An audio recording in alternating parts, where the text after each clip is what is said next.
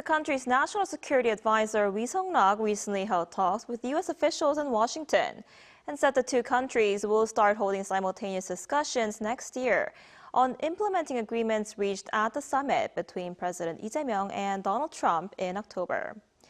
Now, for more on bilateral relations between Seoul and Washington, we're joined today by Daniel Connolly, Associate Professor of International Relations at Hankuk University of Foreign Studies. Professor Connolly, thanks for joining us this morning. Good morning. So, do these discussions mean the two sides will be able to speed up talks on issues like building a nuclear-powered submarine and civil uranium enrichment? Well, certainly the terminology simultaneous discussions can be interpreted as indicating that both sides want to kind of speed up these talks. Talking in parallel, of course, is always much quicker than sequential negotiations.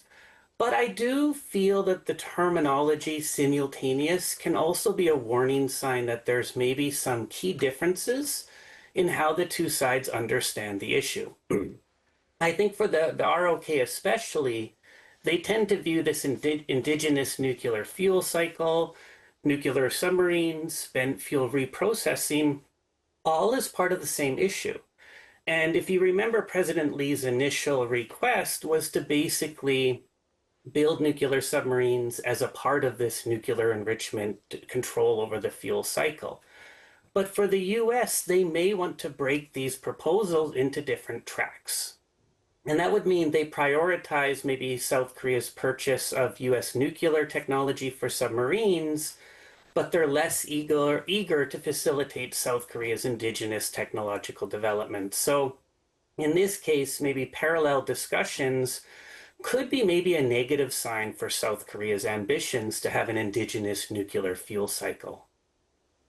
I see. And on trade issues, the U.S. Trade Representative has reportedly canceled an annual meeting with South Korean officials on the free trade agreement over Seoul's pursuit of digital proposals that the Trump administration views as discriminatory. Does this suggest the two countries have sort of differing views on digital regulations? Yes, absolutely. Not only is this a difference of opinion on digital regulations, but I think it's a more fundamental sign that the United States is rejecting all international attempts to regulate its tech giants, which it sees as its kind of key competitive advantage in today's geopolitical economic competition. Just last week, we had the United States criticize the European Union for something similar. And I would say the same dynamic is unfolding in the case of the ROK in the US.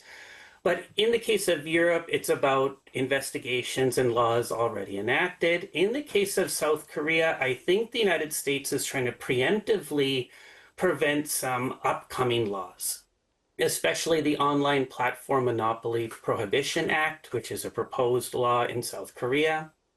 And I think the stakes are a little bit higher for the case of South Korea as well, because unlike the European Union, which is mostly just a market for US tech giants, South Korea has more to lose because its own technology giants are much more competitive with US platforms.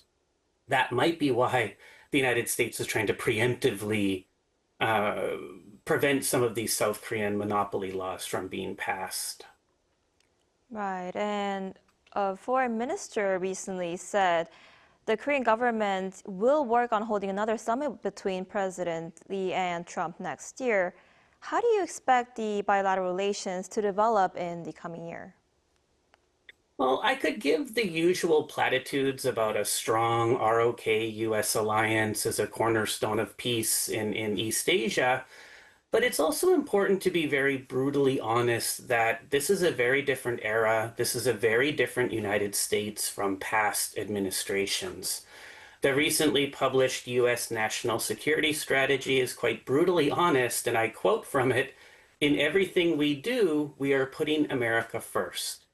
They say it explicitly, very openly, and by extension, this means everything that the U.S. asks the ROK to do is going to be putting America first as well.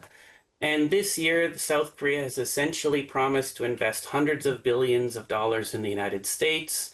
just for the privilege of trading with the US at a 15% tariff rate. In the year ahead, ironing out this promise into actual policies and regulations is going to be a very difficult and complex process. And I personally expect the US is going to escalate. They're going to demand as much as they can from South Korean negotiators, which means the ROK is going to have to be very creative to safeguard South Korea's interests and find ways of maybe loosening this dependency on the United States. Right, and what the foreign minister also said is that while Korea will strengthen relations with the US and Japan, Korea will also boost trilateral cooperation with China and Japan. How do you think South Korea should balance relations with Washington and Beijing in 2026? Right, and this is the key issue, I believe, because the root cause of South Korea's weaknesses is its dependency on the great powers. And back in 2016, we saw this in the case of the THAAD controversy with China. What happened after the THAAD controversy, US officials encouraged South Korea to diversify away from China to strengthen Korea's sovereignty. The Yoon administration became very dependent on the United States, not only for security, but also for economic prosperity. Now Trump has a great deal of leverage over South Korea and has been kind of really demanding a lot of concessions from the South Korean side. And it's a very vicious cycle because buying US goodwill with concessions creates more dependency and creates less maneuver room next time Trump asks for more concessions. So I think the key for South Korea's relations with China and the United States in the year ahead is creating autonomy from both of them. And creating autonomy is expensive and difficult, but it actually increases South Korea's diplomatic value in the long run. And I think it's a very difficult policy to plot, but it would be one that has much more long-term advantages for South Korea in 2026 and beyond. I see, it really is a complicated issue. We'll have to see how that goes. All right, Professor Connolly, thank you so much for your insight today. We appreciate it. It was my pleasure. Thank you.